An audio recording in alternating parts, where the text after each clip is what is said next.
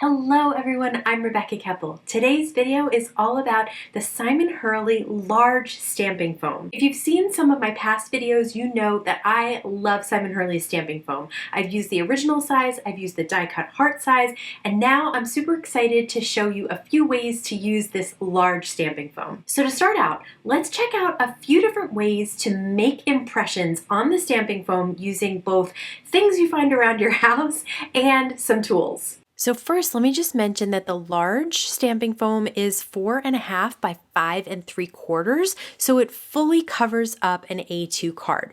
And Simon actually shared in his Pinterest live video that you can use the stamping foam with a paper towel. So you don't need something with a real deep impression, just a simple paper towel will transmit an impression once you heat up the foam and press it into the paper towel, which is absolutely amazing. So I thought, what else do I have around here? I had bubble wrap that I was squeezing the bubbles out to make the noise. So heat up that stamping foam. 10, 15, 20 seconds, just depends. With the larger one, I do like to go back and forth, up and down to make sure the whole thing is hot, and then press it into your bubble wrap and you have a great impression. I have this paper crimper that I used to use in scrapbooking to make paper look like corrugated cardstock. So I thought this could be fun. So again, I'm just going to use my heat tool all across, up and down on the stamping foam until it's nice and hot. And then I'm just going to roll the paper crimper. You can see that the crimper on the other side is a roller. So I'm just going to roll it right over the stamping foam and it makes this cool impression with these lines. So I have so many stamps that I've created here in just a matter of minutes using things I had in my studio.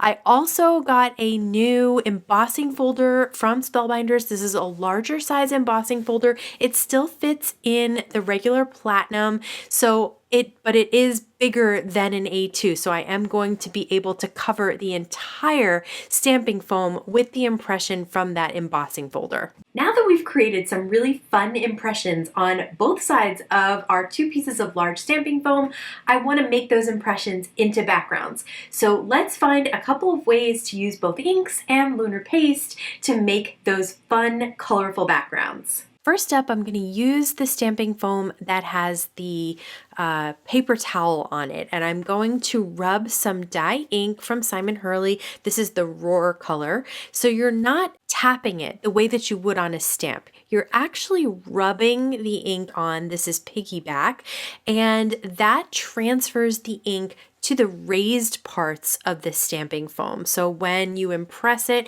you have spots that are higher and spots that are lower, and the way that you get the ink on there is simply rubbing it back and forth. You can do it in a circular motion as well. Then to get the ink kind of flowing a little bit, just a couple of spritzes of water, and not droplets, but mist. So you definitely want to press the distress sprayer all the way and get that mist. Then sometimes I like to put the cardstock right on top and hold it in place with one hand while you rub all over with the other hand. You can definitely put the stamping foam down like a traditional stamp if you want. Sometimes with the larger piece, I think this is easier. So check that out. And that was just a paper towel with 3 different colors of ink. So I absolutely love this tool. And again, to clean it off, all you need is a little more water and then a dry cloth or a towel, something that you can wash again if you want. All right, let's try some lunar paste because that's just a whole other medium that you can use with this. I'm going to use the same paper towel impression and I am going to swipe on some lunar paste. I'm not putting it on really thick because the paper towel has lots of little details. I want to be able to see that when I stamp it. So I'm using Waffle Flowers shader brushes to wipe the lunar paste on here. Now I have never used these two colors together and I don't know why, because I absolutely love both of them on their own. So it was time to finally combine them. So I have Prom Queen, that's that nice pink. And then I have Clear Skies, which is the blue. And you can see that they do make a nice purple. Of course, there is a purple in the Lunar Paste family now, so you can have a whole jar of it. But I just like how we have some pink and some blue. And then over the crossover, we have the colors mixing a little bit, which is really cool. It just has such an artistic look to it. Again, not too thick because you want to be able to see all the details of that paper towel impression. And again, a little bit of mist right on there. And I am using Nina Solar White cardstock. I'm not using watercolor cardstock because we're not using a ton of water. And again, I place it right down onto that image with the lunar paste, hold it with one hand and then rub with the other, just making sure it stays in place. And then just carefully peel that off. The paste is a little stickier than the ink for sure, but check that out. Again, just with a paper towel. And all the different paper towels, all the brands have different designs to them. So that's a fun one to play around with for sure. Okay, again, I'm going to use some ink. This is the Simon Hurley Clear Skies ink, and I'm just going to, again, rub on this is the foam that has the paper crimper impression on it. Again, a little mist of water to get that ink just going and reacting a little bit. It doesn't have to be super wet. It just has to be misted enough so that you can get it to transfer. Now, I have done dry transfers before and they look great too. So play around with it and see what you can get and the different effects that you can achieve depending on how much water you use. I'm going to add a little bit of no diving on here and then come back in with the Clear Skies to try and get rid of some of those lines that I created.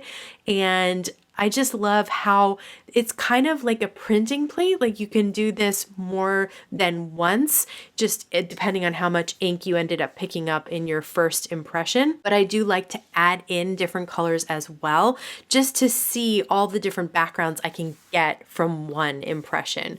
It's so much fun to play with. So again, I'm just placing that paper right down on top and rubbing it with one hand. And I make sure to keep one of my hands stable so that the paper doesn't shift. So here are the two backgrounds that I created with that paper crimper impression. Now I'm going to add a little bit of lunar paste on top of the already inked up impression. And then once again, a little piece of paper after the misted water and just hold it with one side and rub with the other side, peel that up, and you can just achieve so many fun different effects. Okay, let's play around with the bubble wrap impression. So you'll probably notice that I have I have 4 impressions and only 2 blocks. That's because I have a different impression on each side of the block, and you can absolutely do that as well.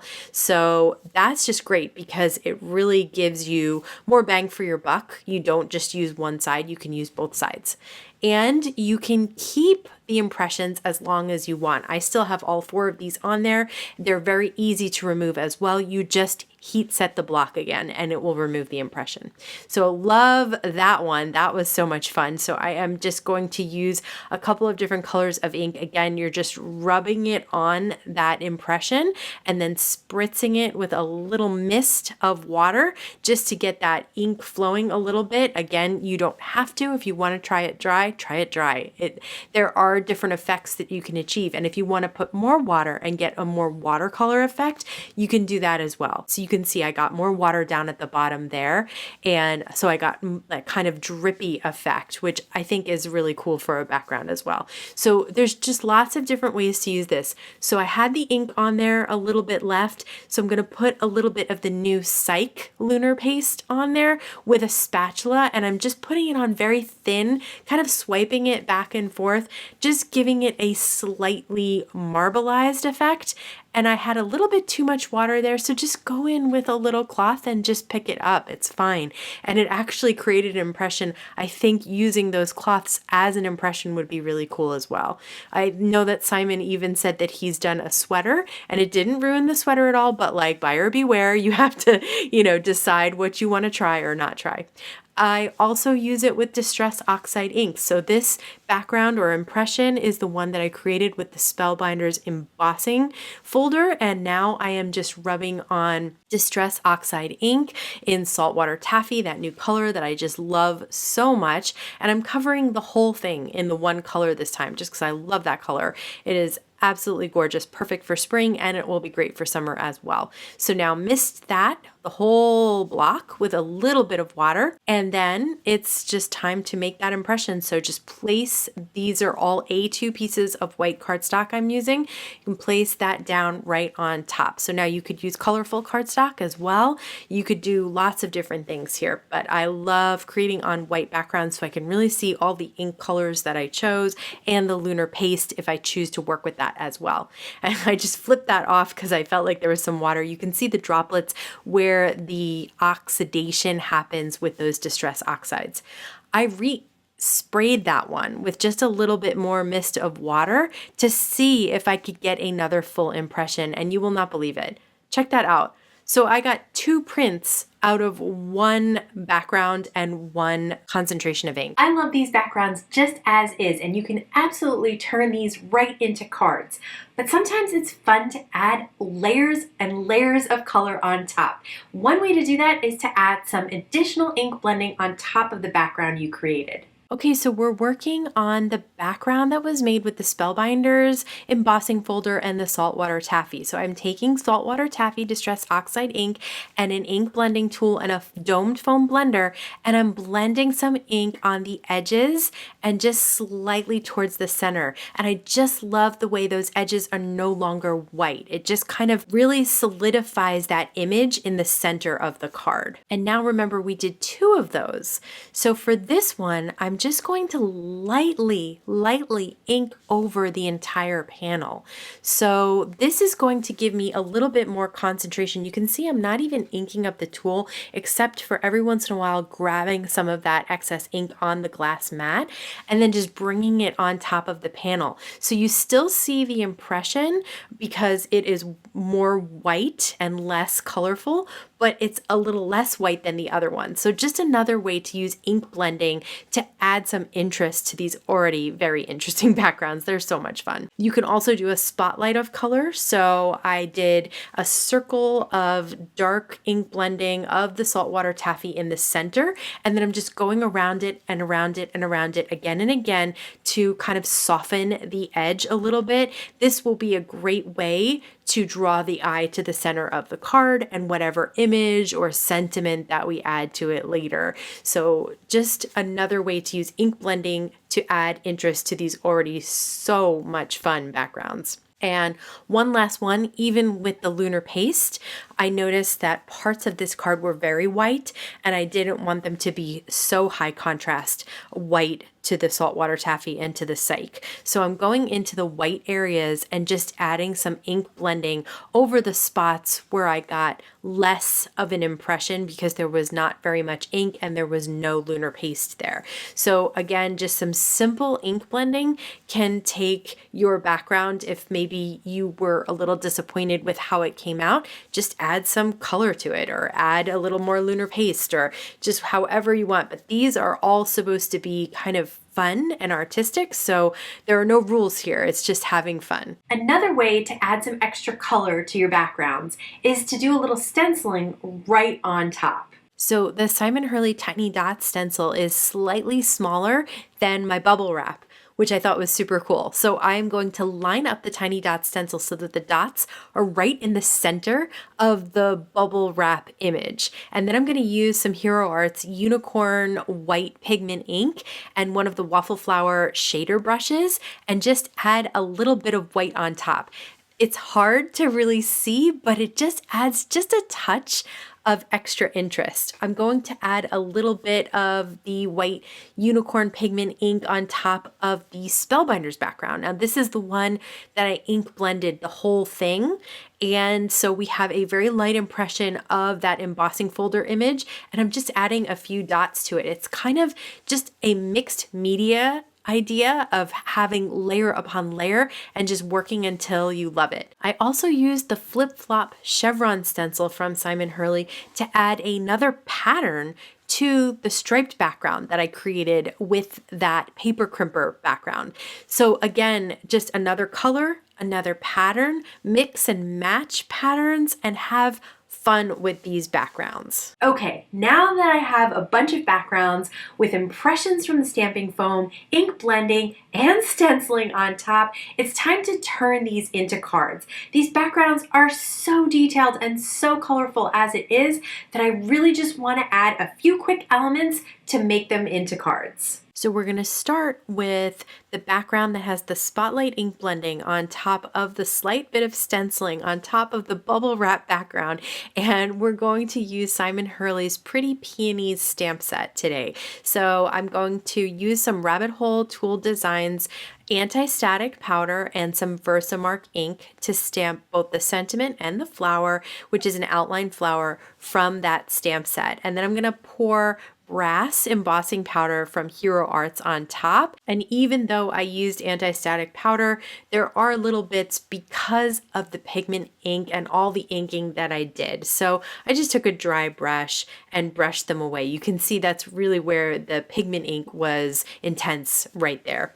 And I'm just going to heat set that brass right on top. I absolutely love how you get the outline of the flower with all of those details behind it. For the impression that I created with the Spellbinders embossing folder and ink blended on the edges, I'm going to use some anti-static powder tool once again. I am stamping in my mini Misty so that I can get the placement exactly where I want it. And I'm just going to stamp one of the sentiments from the stamp set.